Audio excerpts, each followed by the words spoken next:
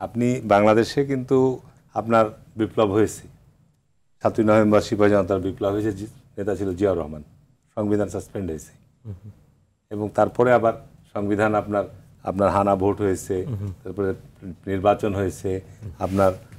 এখন এই 5ই আগস্টের ঘটনা তো কোনো আপনার জাতীয় নেতা আপনি স্বীকৃতি দেখাতে পারবেন না যে আপনার অমুকের নেতৃত্বে আপনার এই বিপ্লব তৈরি হয়েছে বা এটা গণঅভ্যুত্থান হয়েছে।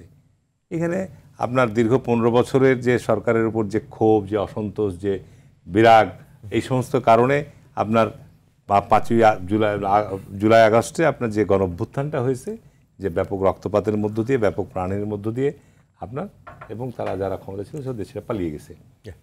স্বাভাবিক কারণে আপনার এই পরবর্তীতে রাষ্ট্র পুনর্গঠন বা রাষ্ট্র মেরামতের জন্য এখন কি পর্যায়ে কে দায়িত্ব নেবে, কিভাবে করা যায়, তখন সেখান থেকে আপনার এই পদ সুপ্রিম কোর্ট থেকে একটা নেওয়া হয়েছে, পরামর্শ নেওয়া হয়েছে।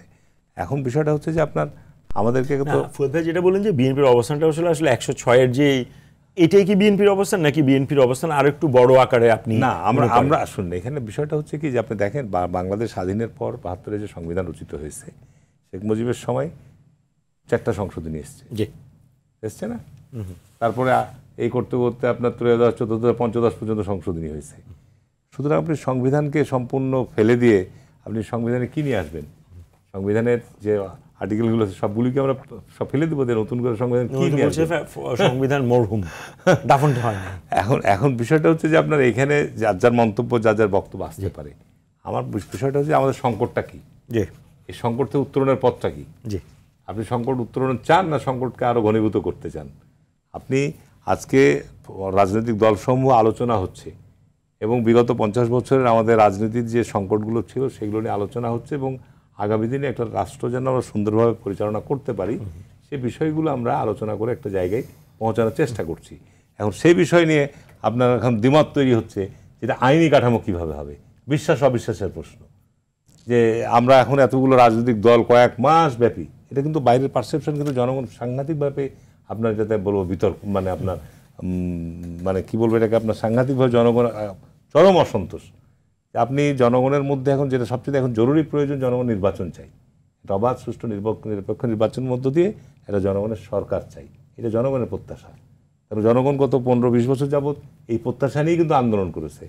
এখন আপনার এখানে যে মূল বিষয়টা হচ্ছে যে এখন যে সমঝোতাটুকু বা যে আলোচনাটুকুর জায়গাটা আমরা তৈরি করতে পেরেছি, এটা নিয়ে এখন বিশ্বাস অবিশ্বাস। কেউ বলছে যে না আমরা গণপরিষদের মধ্য দিয়ে এটা আপনার আইনি কাঠামো দিতে হবে, আবার কেউ বলছে যে না এটা আমরা যে পরবর্তী যে নির্বাচন হবে, নির্বাচিত সরকারের যে পার্লামেন্ট গঠিত হবে। তো এই বিশ্বাস অবিশ্বাস, এই বিশ্বাসটুকু যদি না থাকে তাহলে আপনি আলোচনা টেবিলে বসছেন কি জন্য? আপনাকে তো রাজনৈতিক এনসিপির অবস্থানও পরিষ্কার আর বিএনপির অবস্থানও পরিষ্কার, কিন্তু এই পরিষ্কার অবস্থান আবার বিএনপির পরিষ্কার অবস্থান হচ্ছে যে বিএনপি যেহেতু অতীতে রাষ্ট্র পরিচালনার অভিজ্ঞতা আছে, রাষ্ট্র পরিচালনা করেছে এবং রাষ্ট্রের সংকটগুলো সম্পর্কে তারা অবগত। যে এখন এই অবস্থা থেকে আপনার উত্তরণের জন্য বিএনপি তো বলছে না যে আমরা যে সংস্কারগুলো সিদ্ধান্ত হচ্ছে সেগুলো আমরা সব পরে অস্বীকার করবো, সব এগুলো ফেলে দেবো, তাতে ভাই রাজনীতি হয় না। রাজনীতি তো আপনাকে যখন আমরা একসাথে বসছি, আলোচনা করছি, এই পরিবেশ তো আগে ছিল না। রাজনীতিতে যখন আপনার অন্তর্বর্তীকালীন সরকারের সময় কিন্তু পদ্মার অন্তরালে আলোচনা হয়েছে, আন্দোলন হয়েছে, রক্তপাত হয়েছে, 172 দিন হরতাল হয়েছে, এবং আলটিমেটলি আপনার বিরোধী দলগুলোর দাবির প্রতি সম্মান প্রদর্শন করে বিএনপি কিন্তু একটা বিশেষ নির্বাচনের মধ্য দিয়েই আপনার অন্তর্বর্তীকালীন এই তত্ত্বাবধায়ক সরকার ব্যবস্থা সংবিধানে নিয়ে এসেছিলেন। তো সুতরাং আপনি এখন আলোচনার মধ্য দিয়ে আমি যেটা মনে করি যে এখন যে আপনার অবস্থানটা হচ্ছে, আমি এটাতে নির্বাচনের পরে 2 বছরের মধ্যে বাস্তবায়নের, নির্বাচনের এখন যে সিদ্ধান্তটা হচ্ছে আপনার এটার ব্যাপারে রাজনৈতিক দলসমূহের ঐক্যমত হওয়া উচিত দেশের স্বার্থে। যদি নির্বাচন আপনি না হয়, পরবর্তীতে এখন যে দেশে অস্থিরতা বিরাজ করছে এই অস্থিরতা আরো বৃদ্ধি পাবে। আপনি সংকট থেকে বেরিয়ে আসবেন কিভাবে? আজকে এই সংকট থেকে বেরোনোর, সংকট থেকে মানে সংকটের জন্য আপনাকে বেরোনোর জন্য আইন প্রক্রিয়া সংস্থা বলেন, আজকে তারা কি সেভাবে ফাংশন করতে পারছে?